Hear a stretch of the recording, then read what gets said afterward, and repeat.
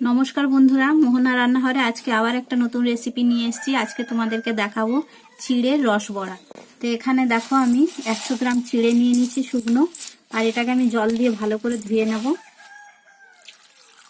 চিড়েটা যদি খুব বেশি মোটা হয় তাহলে কিন্তু একটু ভিজতে সময় লাগবে, আর চিড়ে কিন্তু অনেক রকমের পাওয়া যায়। আমি নিচ্ছি পাতলা চিড়ে, এটা কিন্তু ধুতে ধুতেই কিন্তু ভিজে যাবে।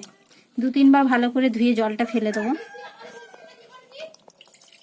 ভালো করে ধুয়ে নিয়েছি, চিড়েটা থেকে পুরো জল ছেঁকে নিয়েছি। এবার আমি 2 মিনিট মতন চাপা দিয়ে রেখে দেবো এটা ফোলার জন্য।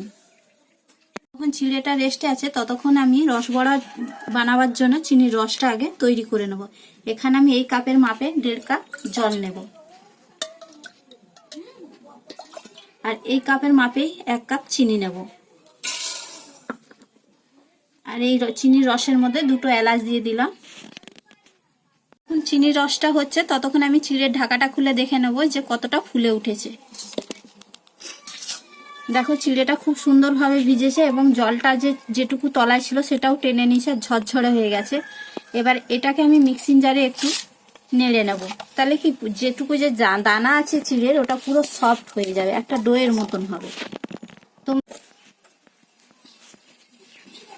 দেখো মিক্সিতে করে ঘোরানো হয়ে গেছে, আর একদম চিড়ের যে দানাগুলো সেটা কিন্তু একদম নেই, একটা ডোয়ের মতন হয়ে গেছে।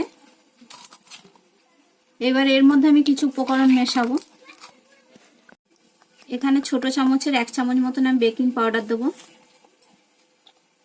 এখানে অল্প একটু খাবার সোডা দেবো। স্বাদ অনুযায়ী নুন দিয়ে দেবো। 2 চামচ মতন গুঁড়ো দুধ দিয়ে দেবো।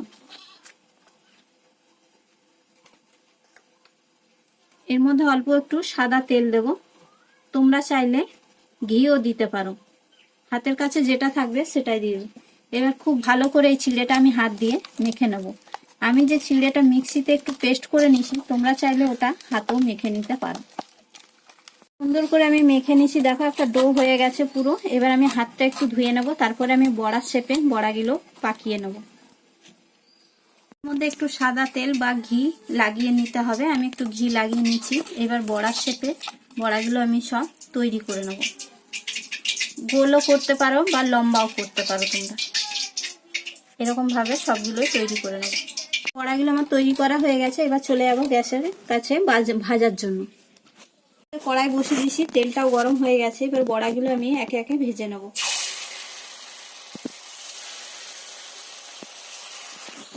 সব বড়াগুলো কিন্তু আমি খুব সুন্দর করে দেখো লাল করে ভেজে নিয়েছি, কালারটাও কত সুন্দর হয়েছে। দেখো যে চিনির রসটা আমি করে রেখেছি, এবার এই গরম গরম বড়াগুলো আমি ওই চিনির রসটার মধ্যে কিন্তু দিয়ে দেব।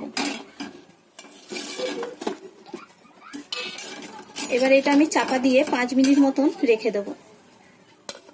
ঢাকাটা খুলে দেখে নেব বড়াগুলো কত সুন্দরভাবে হয়েছে।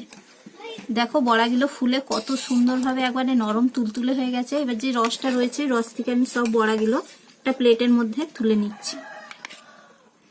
খেতে এতটাই সুন্দর যে না করে খেলে বিশ্বাসই করবে না, একদম নরম তুলতুলে হয়েছে। তোমাদের যদি এই ভিডিওটা ভালো লাগে তাহলে ভিডিওটাতে একটা লাইক করবে, চ্যানেলটা সাবস্ক্রাইব করবে, আর অবশ্যই কমেন্ট করে জানাবে।